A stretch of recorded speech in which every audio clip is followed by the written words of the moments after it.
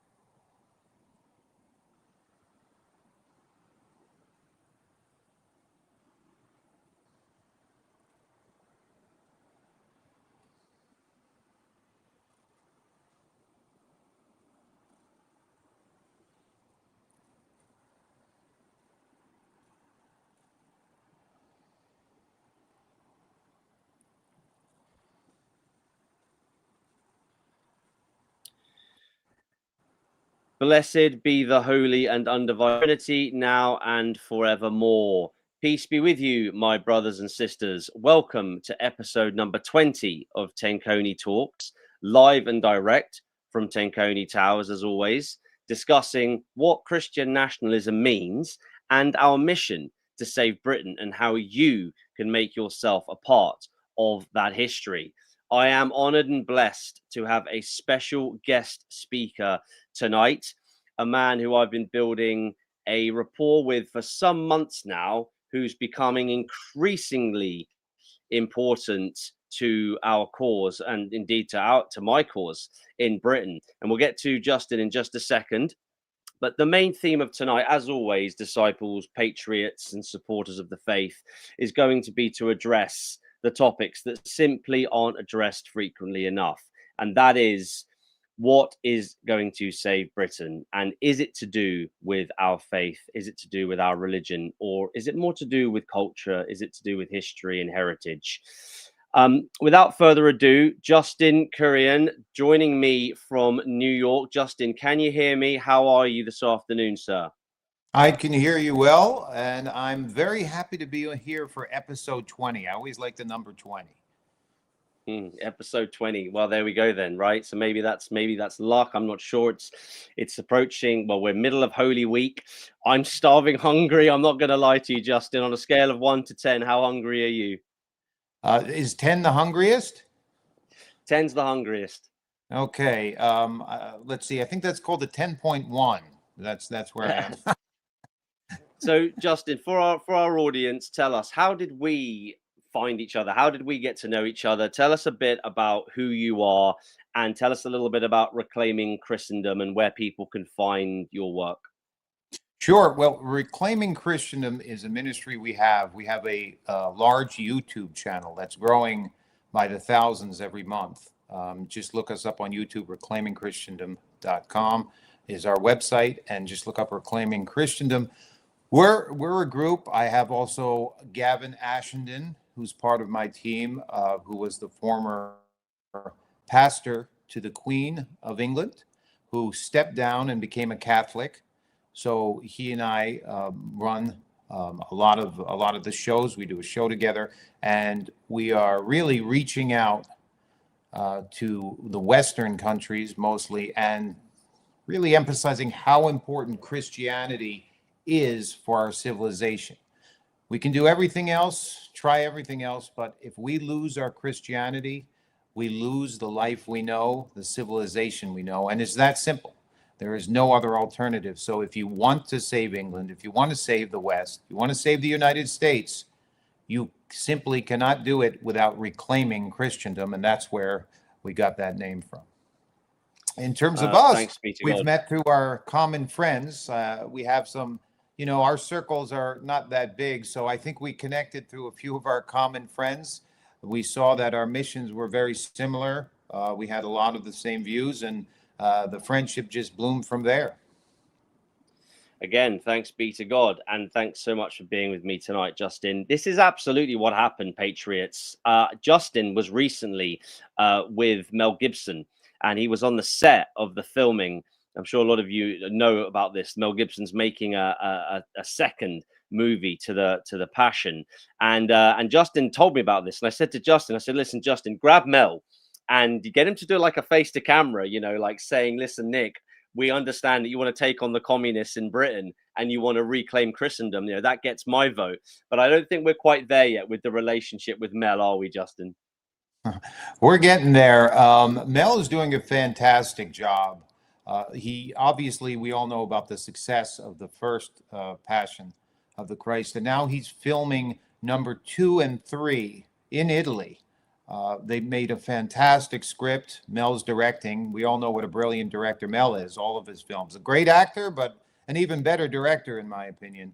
And I was privileged to go visit him in Rome. He welcomed me on the set. I spent the day with him, and he is just doing a brilliant job. I think the movie will be coming out in about a year. The shooting is should be done pretty soon, and then of course the long editing process. But when you see this film he's doing, the work they're doing, it's entirely filmed in Italy. I was just amazed, and I told Mel that. And Mel is doing so much work, evangelizing work through these films. I mean, the first one made hundreds and hundreds of millions and was seen by hundreds of millions of people. So talk about evangelizing. I've always admired Mel for his passion for Christianity and the work he's doing. So it was a great time I spent out there with Mel, and I look forward to those films coming out. That'll be great for Christendom. I think that there's one thing to say about Hollywood forever, for all the attacks Hollywood gets. Let's face it, the horror, gothic, demonology genre, a horror genre must be the biggest grossing. I mean, outside of maybe the westerns, I don't know, maybe okay, fine, you could say maybe action movies, but that evangelizes, doesn't it? When people see it's always on our screens. It's always Holy Mother Church that confronts evil. It's always Holy Mother Church that's there to defend against powers of darkness, but Satan. Film after film, year after year, decade after decade. So we can't say that Hollywood is completely against Christianity. As you say, that's a really good point. Mel's done an incredible job of helping to evangelize hundreds of millions of people across the world, and thanks be to God for that. Let's dive straight into some questions that I've got for you, Justin, because for those of you that don't know, Justin invited me onto his podcast, Reclaiming Christendom. We did this a few months ago. It's absolutely fantastic conversation. Please check Reclaiming Christendom out on social media, but especially their YouTube channel. And I was thinking, as an interviewer, what Justin, as an American based in New York, what's his perception, and within his circles, having his finger on the pulse politically, what's the perception, Justin, in America from a religious perspective of Britain? Are we seen as a completely secular state? Are we seen as being colonized by foreign religions thus far? How are we perceived in a religious context? Well, the answer, unfortunately, is you're not seen very, very good right now. England used to be seen, and UK used to be seen maybe 20 years back and beyond that as a bastion of Christianity to a degree, beautiful cathedrals, wonderful hymns. A lot of evangelizing work over the centuries was done through England. And now the view, first it was seen as post-Christian, maybe about 15 years ago. People, it's become a secular state. But in the last 10 years, really the image is a place that's been colonized by Islam.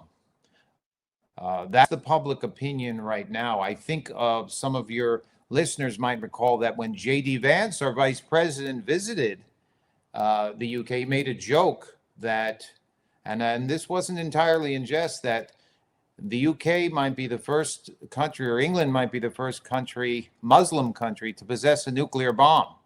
So that was, and that made headlines around the world. But that tells you a little bit about the image of the UK from here. And, also the stories that seep through here in New York and the rest of the United States, your grooming gang scandals that you have, that started to make the news and really, really terrified people when they heard about that.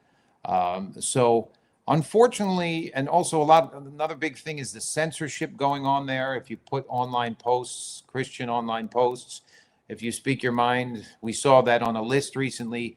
The UK leads in arrests of people for online posts, maybe 20 times ahead of Russia. So when people hear these things, it's right now, Nick, it's not the best opinion of the UK in terms of a religious sense.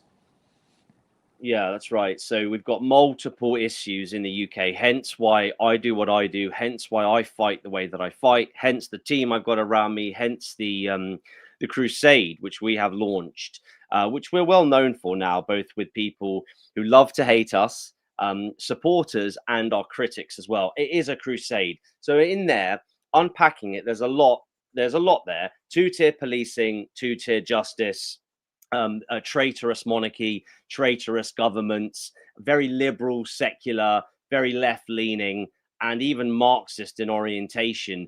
When you look at the attack on masculinity and you look at the attack on the patriarch, on the attack on Christianity, the attack on freedom of speech, fairness, etc. So there's an awful lot there which goes against us, which is why we fight. But specifically in terms of the religion, most people would argue, I'd say at least 50% of Britain, liberals, atheists, agnostic, they would say it's a secular country. The fact that we're a constitutional monarchy wouldn't mean anything to anyone, doesn't make any difference.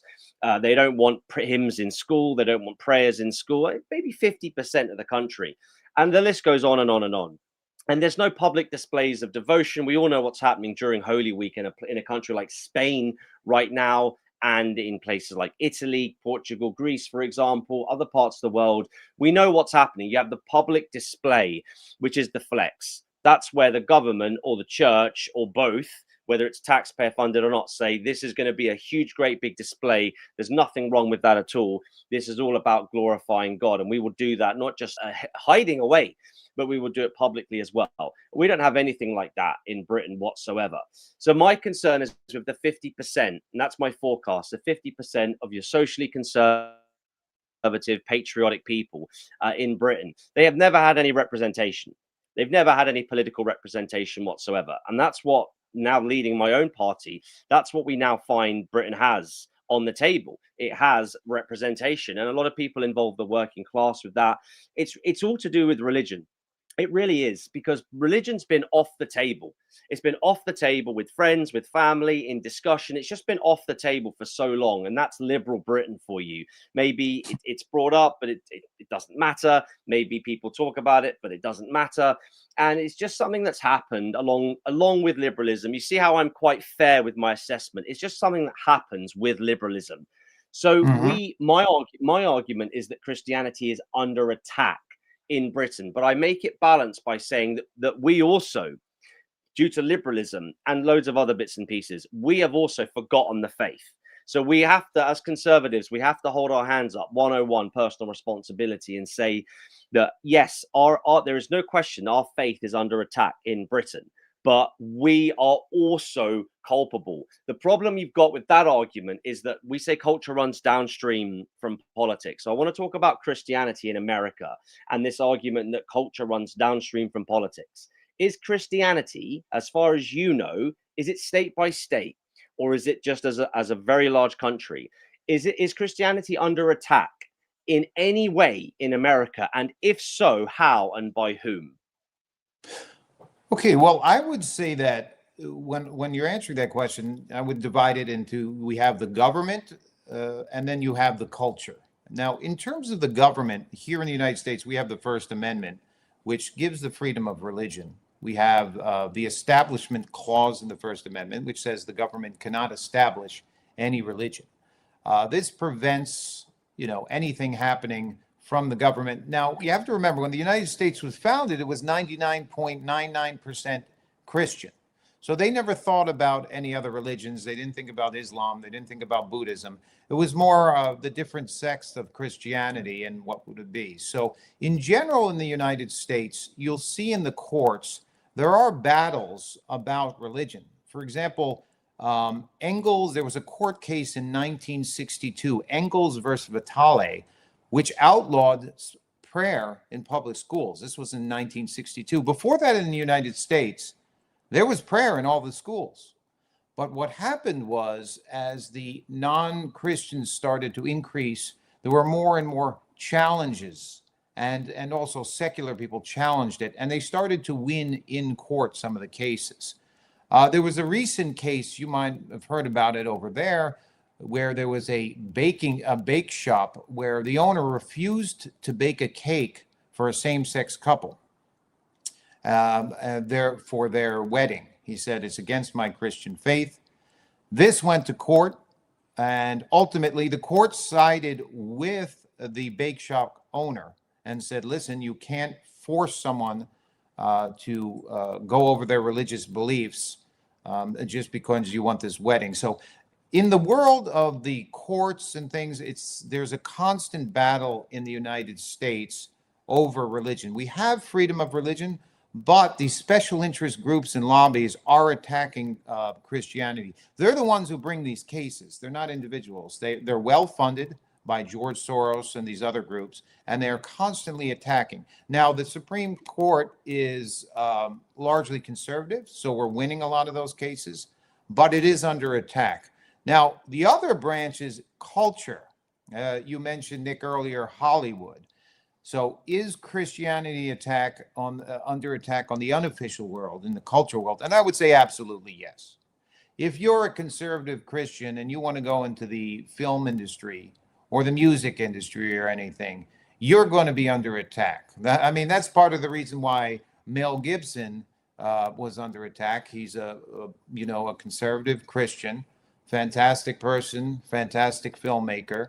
And you get pushed out of Hollywood for these type of things. You'll see that in the sports world. You'll see that in the music world. We even have an example with Angel Studios. A lot of your viewers might have seen the series called The Chosen. Angel Studios started from nothing. They couldn't get funding, but because they knew Hollywood wouldn't support them. But they're a great story because they pushed and they pushed, and eventually they got crowdfunding. And now you see what, this successful show, The Chosen. I think they're on season 5 or 6, and it's booming. But culturally, if you're a Christian in the United States, there is an attack in certain areas. Now, you talk about which areas and stuff. Generally, a lot of your listeners might know the United States is an awfully big place. The center of it tends to be a bit more conservative, while the coasts tend to be a bit more liberal, meaning the Californias or the New Yorks or the Massachusetts on the east and west coast. So it's a big place with different feelings. But as a whole, there are attacks. Now, the tide has changed recently. We have Donald Trump as president, who's a Christian, J.D. Vance, a Catholic, as vice president. So there's a push back for pushing Christianity back in the public square, which is really the goal, is to get it back into the public square. And as you like to say, bring it back to the heart of government. Absolutely, I do. So that's where I come in, is as a politician, as party leader, I'm saying Britain has never had anything like this before. It's never been a voter's choice, ever. Now it is. And you may well know, in Britain, new parties on the socially conservative right keep popping up. It's a phenomenon that I don't know, going back 50 years, 70s, 80s, whether this was, maybe the Conservative Party hadn't fallen quite so far from grace.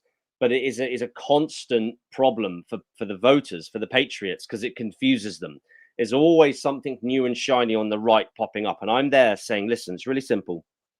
We have to put our faith first. So voters now have something explicitly Christian, has understood, a political party and leader that has understood the mission to say, forget everything else. You got policies across the board. It's in our 72-page manifesto. Everyone knows what socially conservative principles look like. We must put our faith first. And what I want to say is this. There's a very good breakdown you've given, Justin. It all makes perfect sense. Basically, you're saying, yeah, we're America's a Christian country. You got the Bible Belt. You mentioned that.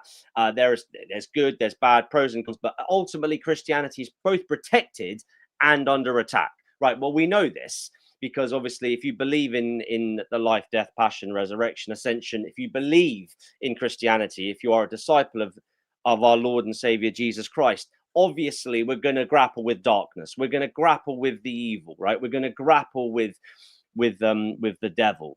For everything holy, there is something unholy. So we know there's going to be some kind of fight. Where my specialism for the voters and for the patriots is an area of interest for them occurs is to identify how and where. And I give you some examples in Britain. There is no question that there are Islamic teachings and Islamic prayer that are pushed on children. We got at primary school age, nursery school age. Number one, that shouldn't be happening, full stop.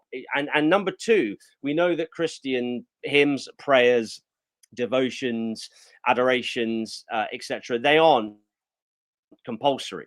Well, this is hugely problematic because either Christianity built the West or it didn't. We know in our NHS as well, it's incredibly multicultural and multi-faith. I'm going to give you some examples like Manchester United Football Club that boast and brag all the time that they've got a multi-faith prayer room, you know, with the sign at the airport where someone's kneeling and it clearly looks Islamic.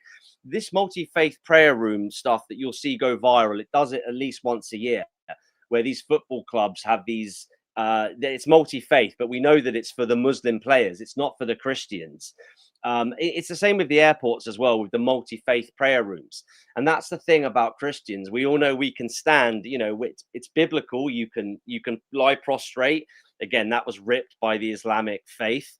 That was copied and pasted by the Islamic faith. As you know, you can stand in prayer. This is prayer pose. So without even blinking, I can list quite a few things whereby we see in Britain, there is this deliberate, very, very overt pandering to everything bar Christianity. And then there's the communists. And I want to bring you to this point, Justin. I am called and my followers are called.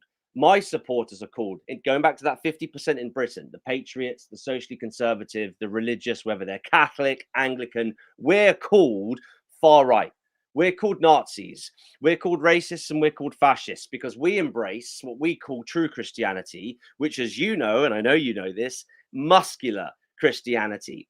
So to what extent, my next question, is the bastardization of our faith by teachers, by liberals, by communists, by the state, by politicians, but also, Justin, by fake clergy? To what extent is the bastardization of our faith an area where we can say with utmost certainty that is a huge attack, again, from politicians, from secular liberals, but from fake clergy and all the different denominations I know you're aware of? To what extent can we point at that and say the bastardization of our faith, that we are lukewarm, watered down cowards who are supposed to love thy neighbor, and other than that, shut the hell up? To what extent would you have said that was a massive attack at Christianity?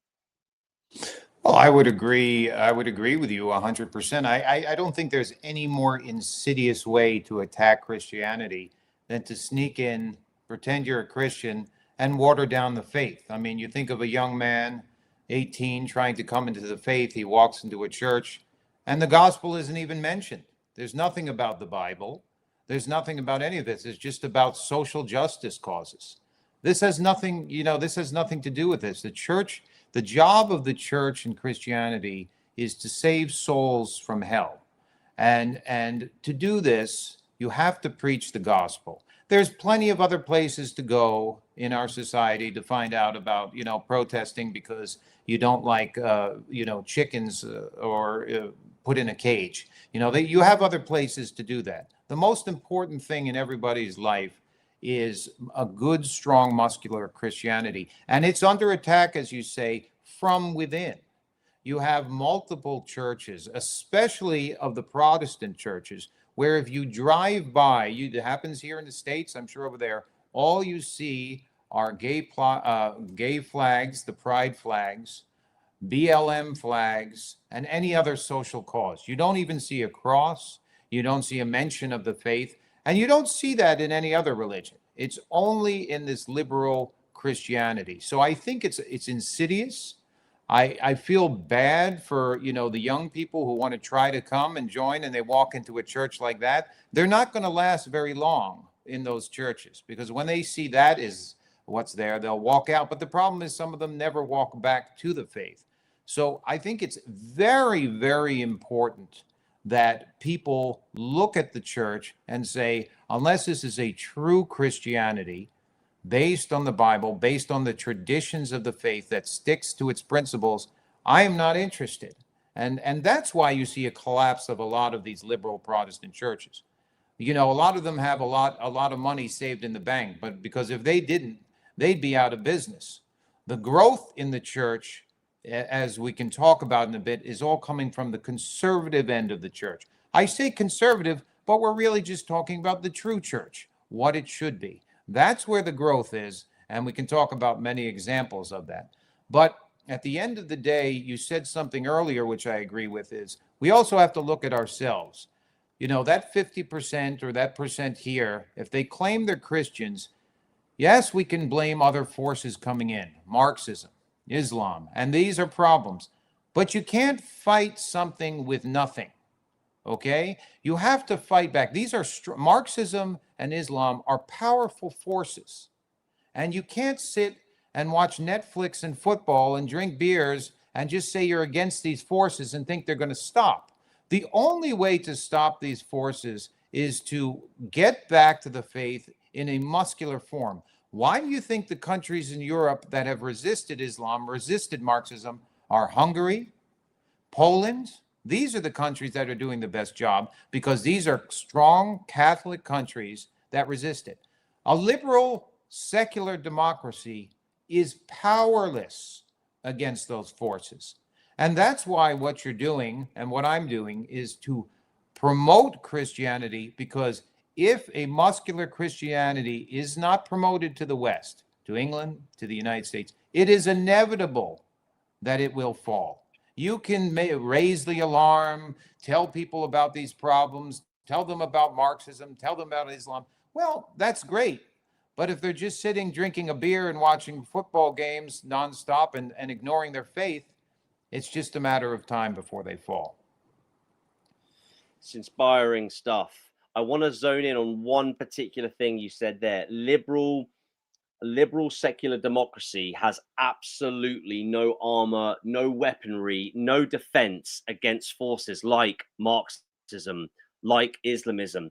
And this is exactly why we fight patriots. So all of those nodding at the moment who are watching this and who are going to go and find out more about Justin and about reclaiming Christendom, and these things we're saying, they're resonating with you. I want to segue into the next question now, which is about the resurrection of Christianity in the West, and what type of Christianity, which denomination? There's over 40,000 denominations, whatever that means. Which denomination? What Christianity? What Christianity are we talking about here that is resurrecting? And is that even true, actually?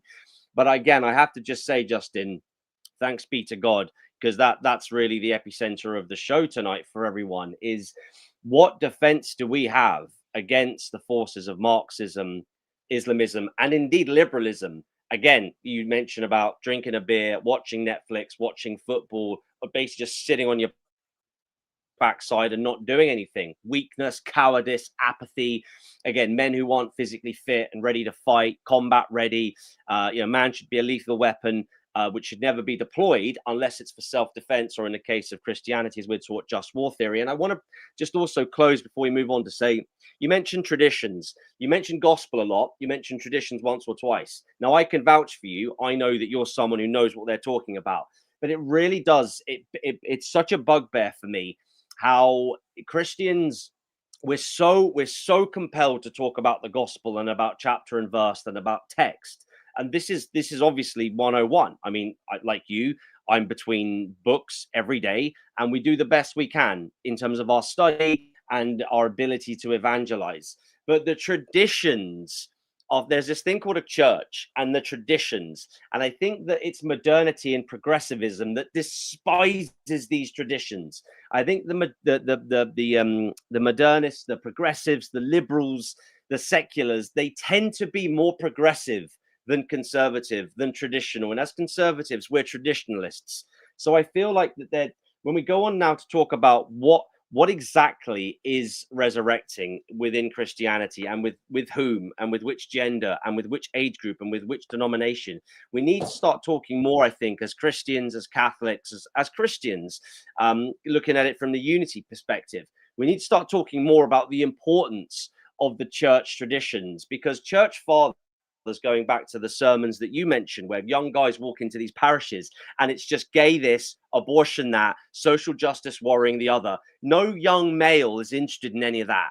He's interested in truth. And that goes for women as well. But speaking as a male, you and I both know that man seeks out truth. And again, we can have women guests on to talk about what's more important when a woman walks into a church, what's she looking for. So let's talk about that revival. First question, is there a Christian revival happening in the West? Do you believe that's the case? I do. I believe that's the case. And I'm not just saying that to make myself feel better, make anyone feel better. But the bottom line is, let me give you an example. There's a church down in Greenwich Village in Manhattan called St. Joseph's. It's a conservative Catholic church. And if you go there during the masses, it is full with a line out the door of people under 30, men and women. And what they're finding out in the United States, especially, is that the largest new group going to church are people under 30. This is because Gen Z, they call them, approximately. This is because this group has become so disillusioned with the nonsense of our modern culture. Liberals pushed it too far. They pushed it too far, and the people are sick of it. And what they're finding attractive are conservative, real Catholic churches. Catholicism is rising in the United States. Now, don't forget, we have a new pope who's Catholic. He's American. We have a vice president who's Catholic. And the Supreme Court, out of the 9 justices, 6 are Catholic, which is a very high amount. But what we have is a Catholic revival. And when they interview these, I've seen them, I've been to these churches, the young people are looking for a very conservative faith, not a subjective faith, not something where you go in, they say, you can be whoever you want to be. People want some certainty. Sometimes in life, it's nice to have the answer given to you. And that's the beauty of Christianity, where they say, listen, this is right, and this is wrong, and now suck it up and live that way. And this is becoming very attractive. I'll give you another example. Recently, a good friend of mine, Father Carlos Martins, has a podcast called The Exorcist Files, one of the biggest in the world, over 10 million downloads. He brought the relic, the arm of St. Jude, brought it straight from the Vatican. He's in charge of the Vatican relics, and went on a tour of the United States. So here you have the arm of one of the 12 apostles. This arm has hugged and touched Jesus, and he brought it on tour. And over 2 million people came to see it. I had it at a church nearby where I am at my parish. And they were saying, oh, you think some people will show up? From 10 a.m. to 10 p.m., thousands of people showed up. It was nonstop. There was never 1 second where someone wasn't in line to touch this arm, this relic. So as you see, there is a huge interest in Christianity, in Catholicism. Now, the media doesn't want you to know that. They'll panic if you know that. But there is a huge undercurrent of interest in this. Why do you think The Exorcist Files has 10 million downloads? Why do you think 2 million people are showing up to this? The job of the liberal media is to suppress this, to hide this, to call it names. But the truth is, there is a huge surge and interest in conservative Catholic Christianity. Those are the churches that are growing. You don't hear of a liberal Lutheran church growing. They say if there's any revival of Christianity in the West, it's going to be a conservative form. Nobody is interested in those liberal churches. They live off their endowments and they're closing like flies. So, I think there is a lot to be positive about. That doesn't mean when you're positive about something, you don't have to work at it. But you also have to appreciate the rise in that. I've heard in England now of the younger Gen Z, this is the first time that 2-to-1, the rate they're going to Catholic churches over Anglican churches. And I don't blame them, because the Catholic churches are dealing with the true faith, where the Anglicans are dealing with social justice causes. So I think there's a lot to be, think positively about. It's encouraging, but we have to keep pushing through things like Reclaiming Christendom and through the amazing work that you're doing. And unless we keep pushing, I go online and I see you out every other day marching with the cross, marching out there while other people are sitting around doing nothing. So it's people like you who do something. It's time to do something, not sit at home, crack a beer and complain, but to go out and do something. And I think we're starting to see a rise in the positive direction. Hopefully my mic's come back now, because there was a little sign saying that it wasn't. That was the devil trying to stop me from what I'm about to say, because it's very, very inspiring stuff, Justin. And I do have one final question for you. I just want to come back to that for the audience. That what Justin's saying is something I concur with. I think where I come in is man and woman seek truth, and that's kind of it. They seek truth, and the history teachers, the Marxists, the liberals, the teachers in our schools, the head teachers, the state, the heads of state, the heads of departments, the government, the whole plethora that I've already alluded to. For decades now, there's been such a secular liberal agenda, which has been forced on us by institutions in Britain. I can tell you, Justin, like institutions like the BBC, but also government, the government institutions, our literal parliament, the civil service, our NHS, our school system. There's a plethora of individuals and institutions that have pushed this liberal agenda, and men and women seek out truth. There's a full stop at the end of that. They seek out truth. And when you go down the path of the cross, if you go the way of the cross, and if you seek out God, you will find his only begotten son. You will find Jesus Christ. And there is no going back from that, as you know, as a Catholic. There's no going back. Once you find that, it is truth itself. And the truth's been hidden from us. And it's been hidden from us and it hasn't been taught, going back to the traditions and the early church fathers and our patristics, for example, it's all been hidden from us. And once it's discovered, which of course they can't stop it from being rediscovered or understood. There is a revival happening now, especially with young Gen Z men. Once you discover it, you then go on to evangelize as the martyrs did, as the apostles did. No one dies in the way that they did for a lie. Heaven forbid our youth were taught about the early church fathers, about the disciples, going all the way back, not just nonsense from the Reformation. So that being said, most important question of all, saved till last: should Christians be political? And if Christians should be political, why should Christians be political? Well, the answer I would say is 100% yes. There is no debate to that. In the Gospel of Matthew, Jesus says that people should be the salt and the light. What do you mean by that is the salt, they need to preserve good things. And in the light, you have to show goodness to the public. How do you do this? Well, one of the big ways you do this is through being political. You have to be in the public eye. You have to be in this. I remember I heard about a town in California that was actually a conservative town. It was inland. It was 90% conservative. But the 10%, the liberal group, they're the ones who ran for office. They're the ones who joined the boards, the library boards, the school boards. They ran for mayor. They ran for the different, for the boards. So now you have a 90% conservative town completely controlled by that 10%. Now, what happens then? all the holiday processions, all the posters, all the things hanging up in the town, all the local laws and ordinances are made by that 10%, by the liberal 10%, because the 90% of conservatives were too lazy, indifferent, or they just didn't know that you have to get involved in politics. And politics at any level. You have to join, for example, libraries here in the United States have a board of people. People like, oh, it always tends to be liberals who join these library boards.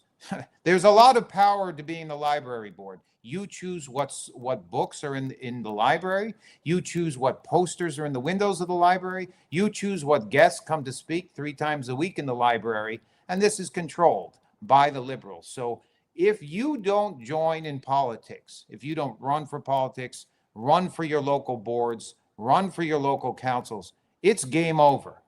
Because I'll tell you, the other sides, the other forces we talked about, Marxism, Islam, they're getting involved in politics. They have no problem getting involved in politics. They're not lazy about that, and it's time we just admit that. And as long as they're getting involved in politics, they're going to kick our butt. And that's why you read, oh, Britain or England is, 70%, 50% Christian, and you wonder why we're losing every battle. It's because we're not getting involved in politics. So it is very important that any Christian gets involved at some level in the political sphere, because if they did, can you imagine? We wouldn't be losing any of these battles. So the 2 most important things we said here is, 1, you have to practice a strong, muscular Christianity, not just from your armchair. And number 2, you have to get involved on politics in different levels, and you have to bring your faith to the political sphere. If you do not do that, then you'll have the 6% or the 12% controlling you, and you'll scratch your head as you turn channels on the TV and wonder why. So that's what I would say, absolutely get involved in politics. You can't put it any better than that, Patriots. Let's just zone in on 1 or 2 things there. And this is exactly what we've been coaching and talking about through vehicles like Turning Point UK as well, thanks be to God, serving as our Chief Operations Officer. So very blessed here in the UK under our fantastic CEO. We've been speaking about this for so very long. The exact example that Justin, in closed circles, in debate forum, at street level, in interviews, etc., the exact example that Justin gave: get the job, get the school governor job, get the board job, get the library job. And conservatives, I've wrestled with this. I mean, it's coming up to 5 years now, as Justin very kindly pointed out, said that he opens up his social media and I'm everywhere. I'm an absolute nuisance. I'm an absolute menace. And I'm only just getting started as well. And it's coming up to 5 years now, thanks be to God, half a decade of being on the front line and bringing it and showcasing to the British public. This is what we've been talking about and wrestling with. What is it about the conservative right, the socially conservative, patriotic, Christian, nationalist right, that group, again, that 50%? What is it about us? We love our cars. We love our capitalism. We love our driveways. We love our houses. We just don't want to know. Go to a protest. No, thanks. Get involved, like what, with the police and no, we don't want to do that. We want to get married. We want our churches. We want to have, and I've wrestled, we want to have our families and we want to have our communities. And I've wrestled with this. What is it about the right's unwillingness to get involved? Not the extreme right, not the far right, not the neo-Nazis, not whatever you want to call them, but the socially conservative right. If you compare their efforts to the socialists, the Marxists, the communists, especially in a place like America, goodness me, and Britain, and it's because of what Justin just said. We don't want to do it. This is just a natural path for us. We know what good looks like. We know what sin looks like. We know what good, bad, evil looks like. We just want to get on with it. So it makes so much sense that Christian conservatives would generally say, I want to earn, provide for my family, and I want to be left alone by the state. It makes so much sense that if you're a Christian, you're not necessarily an activist. if you're a Christian, you kind of want to be left alone to be a Christian. Has evangelizing really been taught? Again, like Justin, this is something that concerns me. There's no global catechism that I know about. There are other things I want to talk to you about, potentially not tonight due to time, but it makes sense to me that the socially conservative right stays in its own bubble, in its own lane, but it's totally unacceptable, because what happens is you give the power, and I want to close by zoning in on another point, as I said, to close. Justin is right. The 90% is giving 10% the power to choose what's read to children, the power to choose who's coming in to speak to the children, the power to choose who's coming in to fill that position, or who's taking that register, or who's having that control over that, which also leads to more control over that. You know, these positions, and we've tried so hard at Turning Point, and obviously now in my capacity as leader, to educate people about the importance of making sure, especially a lot of this comes down to when you become a parent and you're in the school system. I don't think this applies necessarily to as much weight to bachelors, for example, but we can draw parallels. Justin is absolutely correct. For so very long, arguably since the Enlightenment period, since the Second World War, socially conservative Christians, generally speaking, being on the front line, evangelizing and taking those spots that no one wants to take. Guess what? The liberals, the Marxists, the left-wingers, they took them because they understood the power. We call them HR jobs. You know what I'm trying to say? Everybody get the idea? And Justin, back to you for final thoughts on that. My zoning in and my reflections on your points there. Christians 100% must be political. They must be evangelizing, and they must be activists if we want to keep Christianity as the faith of our great nations. Well, I would agree 100% again. And I think what you're saying is you could kind of understand. Christians built themselves a pretty good life. They have a house. They have a nice driveway. The TV is a big screen TV. It's got a lot of channels, and life is pretty good. To defend conservatives, they tend to work. They have families. They're busy. And I can understand to a degree why, you don't want to get involved. The reality is, though, that every conservative has to understand is that if you don't get involved, everything you cherish and love will eventually disappear. The West will fall. The big screen TV will be taken away. The freedoms and the culture you want to raise your kids in will disappear. So I understand what it's like and saying, I don't want to get involved. I don't mind taking a peek at what Nick's doing in a video or what Justin's doing in a video, but I don't want to get involved. If that's your attitude, then it's only a matter of time, and it's coming faster than we think. We're not talking about generations. We're talking about years before society as we know it collapses. And you lose that big screen TV. That driveway of yours is shattered and cracked, and you lose everything. What we're facing now are civilizational, threats. And the only way to fight it is if the conservatives start getting political, embrace their faith, and get on those boards, run for those positions, and start taking control. It is an embarrassment that often the conservative Christians are a majority of the people, and they're getting their butts kicked by small minority groups who are more active. You can learn some things from liberals and Muslims and other groups. They know how to take those positions. It's a bit humbling sometimes for people, but it's time to learn from them, to learn to be active. Don't just sit there and watch other people do it and say, well, man, that guy's doing a great job. I wouldn't want to. If you don't do it, eventually, sooner than later, you will lose what you so cherish. So I would, really, really say to all of your listeners out there, Nick, everyone should sit this Easter and think about, okay, how can I get involved this year politically?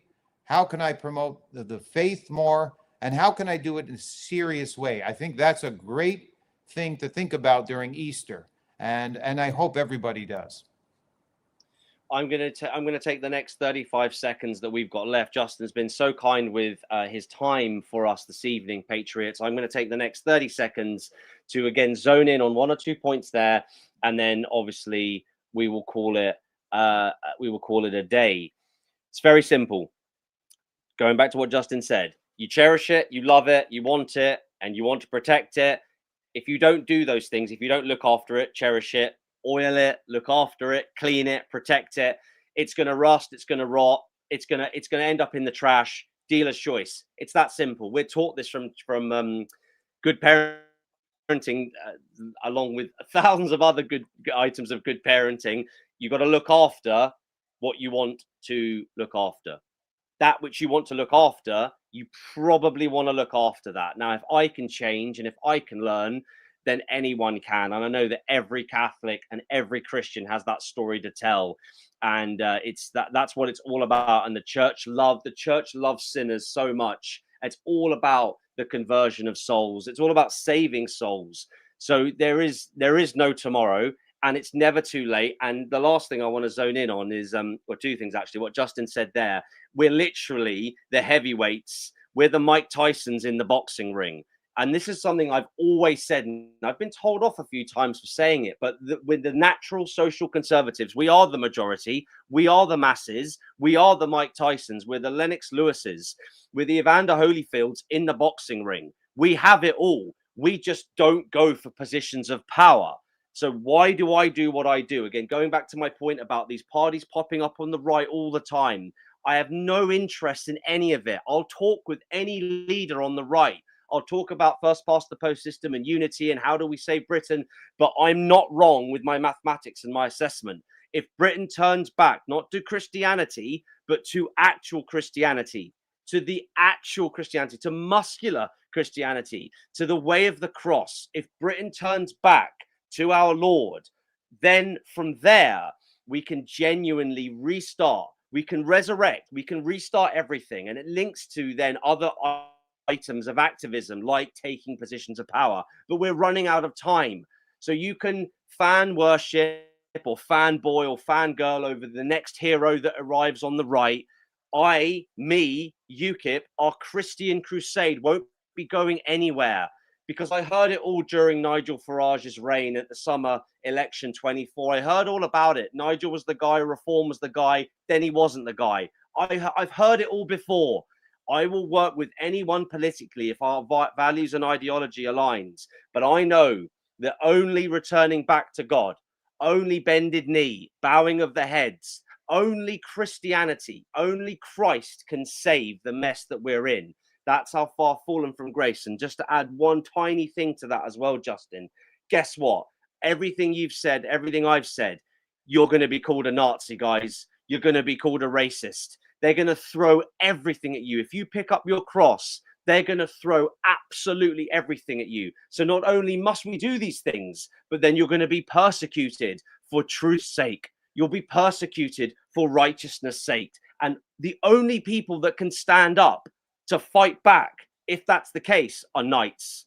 The only people that can fight back are warriors here in Europe and in the West, just across the West in general. Each country has its own problems. Justin, I know you concur. I want to say a massive thank you to you for being with us this evening. It's Holy Week. This has been holy. This has been blessed. And just please remind the audience where they can find your what your YouTube channel is called and where you want them to go and check out now. Yeah, everybody, we have a very fast-growing YouTube channel, Reclaiming Christendom. We've got tons of good videos. You'll see one with Nick. We have a great interview with him, and we have a couple shows coming out each week. And we're growing very fast. So go onto YouTube, look up Reclaiming Christendom, and we're there. And Nick, I just want to say it's fantastic to spend some of Holy Week with you. I want to wish you, all of your listeners, a happy Easter, and I look forward to seeing you soon and doing this again. Justin, God bless you. I'm going to put it in the comment now, but I know you've got to go, so I will stick it in the comments. God bless you. Holy Week is here. Happy Easter in advance, and great to spend time with you also, Justin. Thanks be to God, and peace be with you, my friend. Same here, and same to all your listeners. God bless.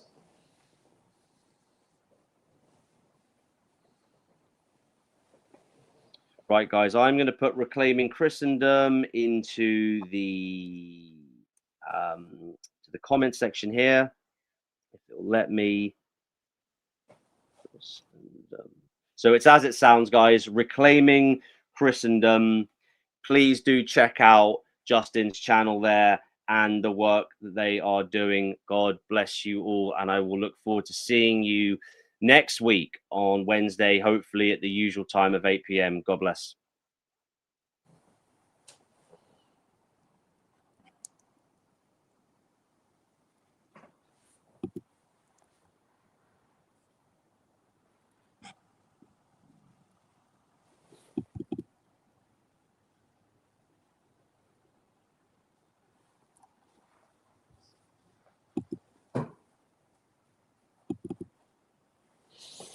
How'd I do?